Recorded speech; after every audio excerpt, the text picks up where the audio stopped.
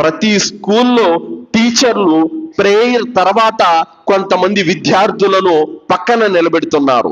ఎందుకు నిలబెడుతున్నారంటే వాళ్ళు style కటింగ్లన్నీ చేయించుకురావడము, చిరిగిపోయినటువంటి modern ప్యాంట్లు ధరించి రావడము, చిరిగిపోయిన సగం ఒళ్ళు కనిపించేటువంటి టీ షర్ట్లు ధరించి రావడము, అలాంటి విద్యార్థులందరినీ పక్కన నిలబెడుతున్నారు టీచర్లు.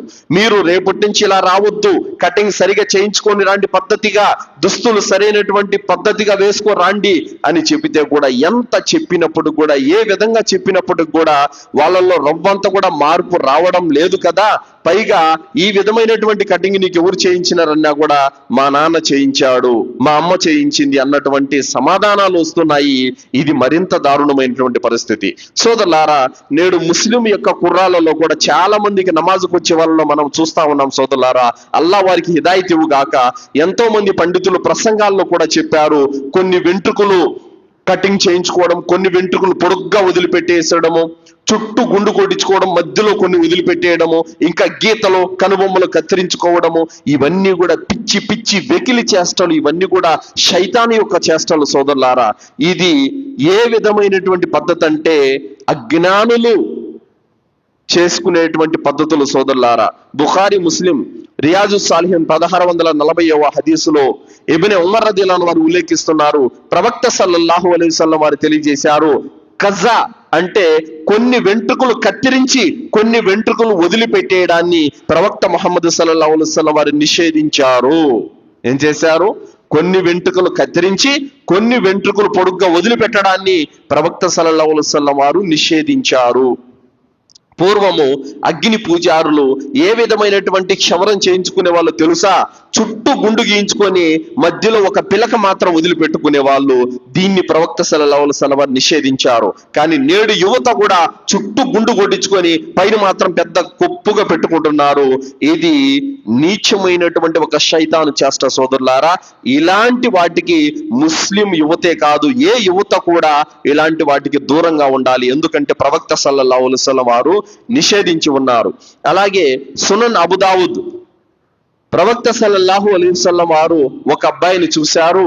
ఆ అబ్బాయి కటింగ్ ఏ విధంగా ఉందంటే సోదరులారా, సగం తల గొరగబడి ఉంది, సగం తల వెంట్రుకలతో ఉంది.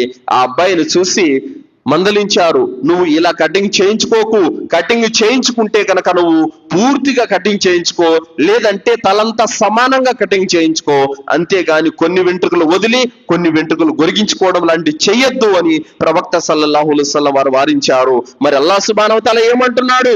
వమా ఆతాకుముర్ రసూలు ఫఖుదు, మీ ప్రవక్త మీకు ఏదైతే ఇస్తాడో దాన్ని మీరు తీసుకోండి, మీ ప్రవక్త దేన్నైతే వారిస్తాడో దాని జోలికి వెళ్ళొద్దనన్నారు. కానీ ప్రవక్త సల్లల్లాహు అలైహి వసల్లం వారు ఈ విధమైన వెకిలి చేష్టలతో కూడినటువంటి కటింగ్లు చేయించుకోవడం ప్రవక్త గారు వారించారు.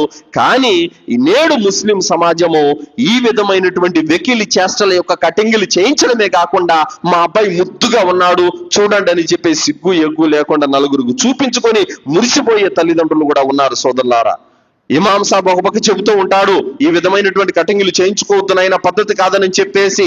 టీచర్లు స్కూల్లో చెబుతూ ఉంటారు, కాలేజీల్లో లెక్చర్లు హెచ్చరిస్తూ ఉంటారు. ఇటు తల్లిదండ్రుల భయం లేదు, టీచర్ల భయం లేదు, ఇమాముల యొక్క భయం లేదు, ఎవ్వరికి భయపడ్డు, ఎవరి మాటకు విలువివ్వడు, నా రూటే సపరేట్ అన్నట్టుగా ఉంటుంది. ఇలాంటి వాడు ఏమంటారంటే సోదరులారా, అచ్చోసిన ఆంబోత్ అంటారు కదా, అలాంటి వాడు అంటే ఏ భయము భక్తి లేకుండా తీరిపోయాడు. అలాంటి వాడు రేపు తల్లిదండ్రులను పోషిస్తాడా? రేపు తల్లిదండ్రులు బాగోగులు పట్టించుకుంటాడా? రేపు తల్లిదండ్రుల యొక్క సేవ చేయనైనా చేస్తాడా? చెప్పండి. సోదరులారా, పెద్దలు చెప్పారు, మొక్కై వంగనిదే మానై వంగదని చెప్పి. కావున మన పిల్లల యొక్క దుస్తులు కానీ, కటింగులు కానీ, వారి మాట కానీ, వారి విధానం కానీ, వారి నడవడిక కానీ ప్రతి దాన్ని తల్లిదండ్రులు గమనించి ఎప్పటికప్పుడు చక్కదిద్దాల్సినటువంటి బాధ్యత ప్రతి తల్లిదండ్రుల మీద ఉంది. సోదరులారా,